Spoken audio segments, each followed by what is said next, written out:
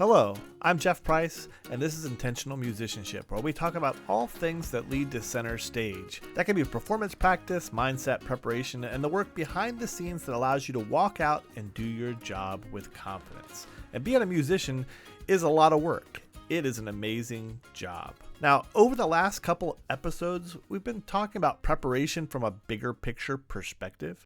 In episode 38, we asked the question, what is this degree for? What's all this work actually preparing you to do? And for most musicians at some point, that preparation leads us to get ready for an audition of some kind. Then in episode 39, we talked about whether you should even take the audition in the first place. Now, we were talking about orchestral auditions, but it applies to even things in school. This discernment piece, understanding your limits, your readiness, and whether this opportunity actually aligns with you is important. When you put these two conversations together, a pattern starts to emerge. Success isn't about one perfect moment. It's about being prepared enough, often enough.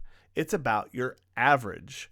So today, we're going to talk about what happens after you decide to take the audition, how you actually win the audition. And for that matter, if you're not talking about auditions, this also applies to competitions or even connecting with your audiences in your own concerts. And it doesn't start with trying to be perfect. It starts with getting your average to a level that allows you to succeed. We all know preparation is important. That part isn't new, but here's the shift. You're not trying to peak on an audition day. You're trying to raise your average. A good idea is to backward plan. Work backward from the audition date and ask yourself honestly how much time you need to be solid, not lucky. One of the biggest failures I see with auditions is the belief that everything is going to magically come together on audition day, that you're going to be your absolute best when it matters the most. Well, that's not the goal. The goal is that on your worst day, your playing is still acceptable, still professional, and still worthy. If you get a bonus boost on audition day, great, but your average has to already be there. I remember my own experience in the finals of an audition where you're sitting in a room and other people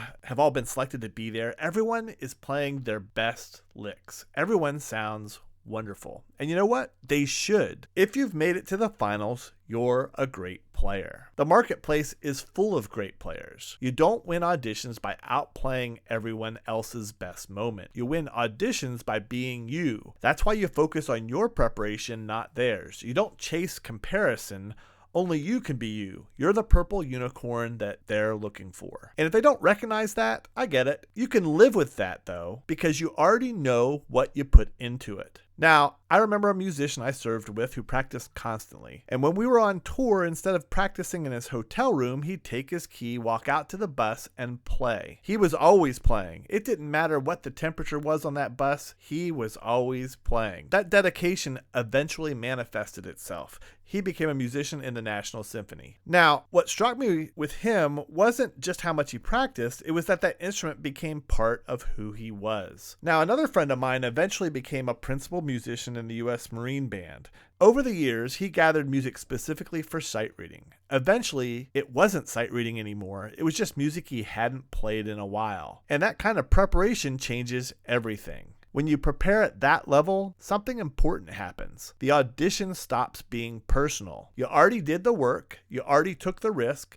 You already put yourself out there. At that point, an audition is really just another word for an interview. You're presenting yourself honestly, prepared, and ready to execute. Then the panel decides if the fit is right. The decision isn't about your worth, it's about alignment. This is where quiet confidence comes from. Not bravado, not ego, just confidence built on preparation. And when you walk out without fear, you play differently. You present differently. So let's review. Prepare backward. Raise your average. Don't rely on luck. Focus on fundamentals that have to be there. Tone, time, articulation, phrasing. And remember that an audition is just an interview, not a judgment of your value. So here's the simple takeaway. Get your average to an acceptable level so that you can play with confidence when you audition. And remember, an audition is just that word for an interview. You're presenting yourself. They're deciding on the fit. When you do the work, you don't need to fear the outcome. You know what brought you into the room.